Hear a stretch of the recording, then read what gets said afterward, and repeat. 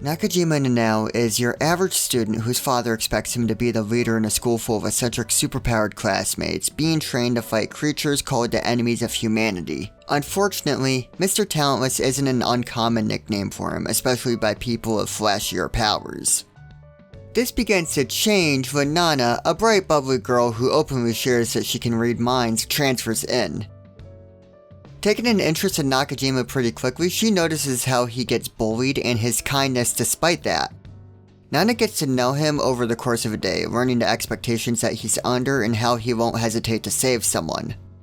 The following day, two students fight to be the class president, and when one of the combatants gets carried away and puts the rest of the class in danger, Nakajima uses the confidence that was placed into him by Nana to be the leader he wanted to be, saving everyone and revealing that his talent, his power, was power negation.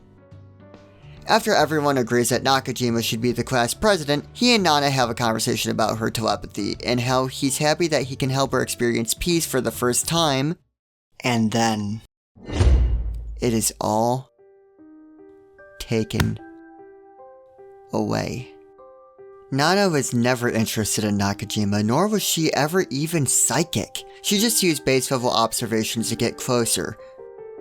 This isn't a joyous superhero school manga, but a story of a powerless girl who intends on eliminating every single student we've been introduced to so far. That is how talentless Nana begins, and this is how anime lied to you. And this is how I ask you to subscribe. Hey, I want to hit 1,000 subscribers before the end of the year, so if you like what you see, maybe stick around, see if I can win you over.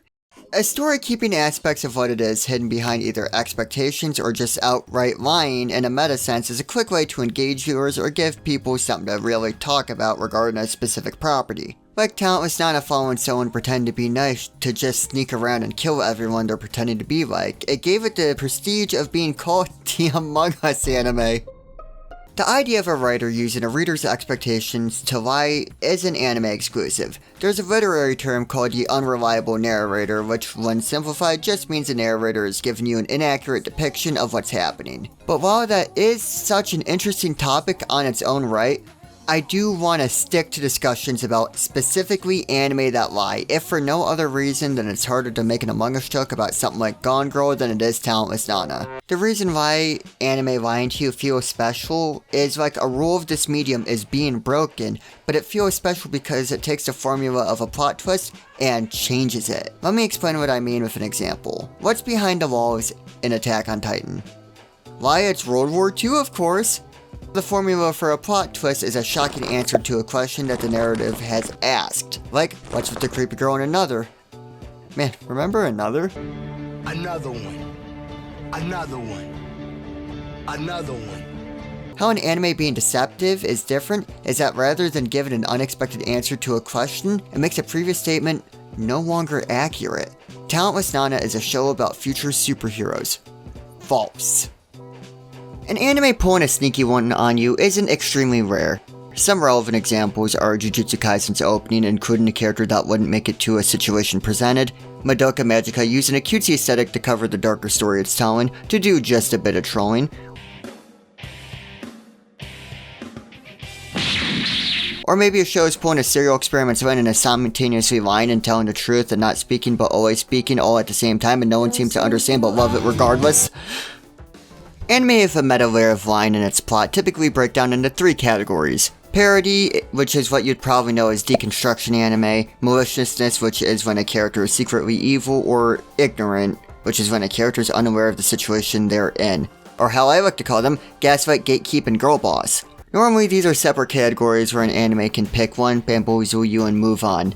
But if I told you there are anime that not only contain all three of my previous categories, but also continuously lie to you to change the entire context of the story multiple times over. Well, those shows do exist, and the first one is called School Live. The manga of Gakko Garashi, which I will never call it that again, is pretty simple in its initial chapter, taking us a bit through the school and showing our main characters, Yuki, her teacher Miss Sakura, often nicknamed Megune, Kurumi, and Yuri respectively, and then, plot twist. It still hits hard, but the anime doubled down on the idea of gaslighting. I mean that in a good way. It's a good kind of gaslighting. I'm gonna go over the first episode for 30 the cool summary thing. Yuki Takaya isn't the best high school student, but what she lacks in studious behavior, she makes up for in school spirit. Going as far as being a part of the school living club, which has all 4 members living exclusively in the school.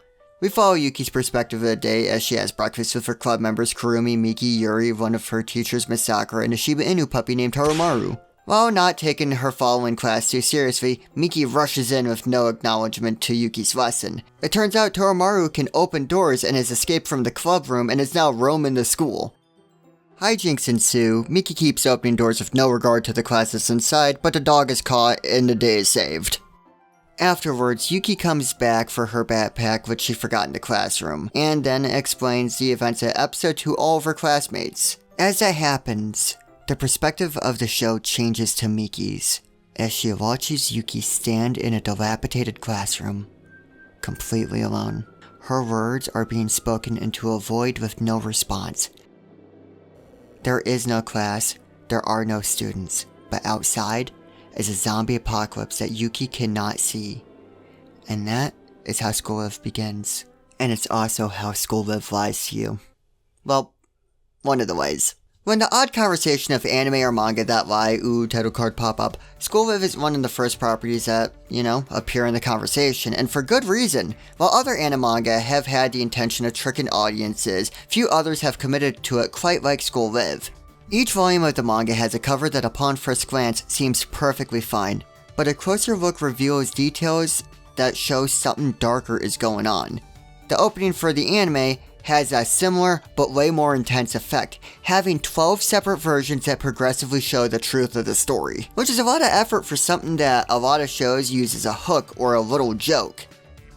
But for School Live, this bamboozlement is representative of the story itself. It's crucial to it. We are at a high school. This steady stream of making sure you are questioning everything has us as viewers always spitballing 2 primary questions. One is the plain and simple, what the hell is real? If we can't always trust what we're shown, how do we know for sure what's, actually happening? But for the other question, should we even care about that? Our primary cast makes a very interesting choice when it comes to Yuki's misunderstanding of the situation, and that's encouraging that misunderstanding. The school they live in is sustainable, suspiciously so. So if someone doesn't have to live in this hellscape and manage to survive, why make them? Our main cast, besides Yuki, are aware of the severity of the zombie apocalypse outside their doors, but they often seek refuge in Yuki's fantasy almost as the occasional escape of the Walking Dead.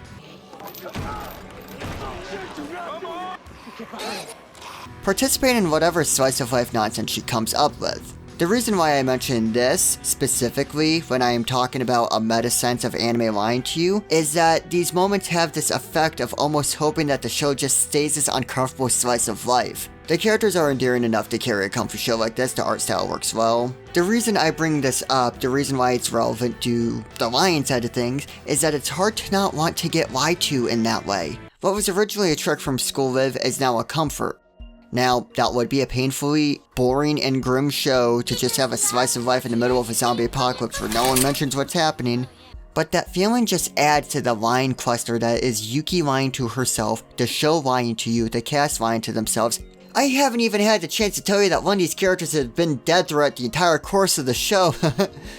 There are a lot of aspects that I would love to go into regarding the show. Yuki's innate survival instincts being good enough to apparently get her a page on the Versus Battle Wiki. Why the fuck does she have a Versus Wiki? Combatants are set. We've run the data through all possibilities. It's time for a death battle! I consider just making this a video about School Live because there is so much to dive into here. Like this teddy bear that I really wish existed, or, oh god, not again. But I am really just fascinated with why anyone would market a product in a way that would intentionally give people the wrong idea, and why that would be a part of the intended experience and work so well. And if you don't agree with this yet, I do have another example coming after this about an anime that does it even better, but I really want to drive home why it's so effective. By having your expectations set in the wrong place, you become a part of the narrative and a part of the experience. Doki Doki Literature Club is the prime example of the gacha genre, also known as deconstructive media if, you're a nerd. I don't think I need to go into detail regarding how it tricks you, the cliff notes being that it pretends to be a visual novel for hours only to reveal its true nature to you. What I think makes Doki Doki Panic Club and School Live comparable though, is the quality of the lie. I think this deconstruction can only work as well as the presented lie. I love the twist and talentless Nana, but I can't see the universe where this was the truth all along being a very engaging show. So, the lie just has a lesser impact. Which isn't a shot against the series, I don't think it was trying to use the lie as anything more than a good hook. Doki Doki Artichoke and School Lives work so well because I can very easily see a world where there is no sentient character in Doki and there's no apocalypse in School Live. Now, do I want there to be more anime that lie? Depends if it's a good idea, but I do really like the odd occasion where something is presented to me or I'm led to believe something is going to happen and boom, wrong, and cringe. But if you aren't still on the same page as me, maybe the mystery show will change your mind. There is no last show. I lied to you. This video was also media that lies.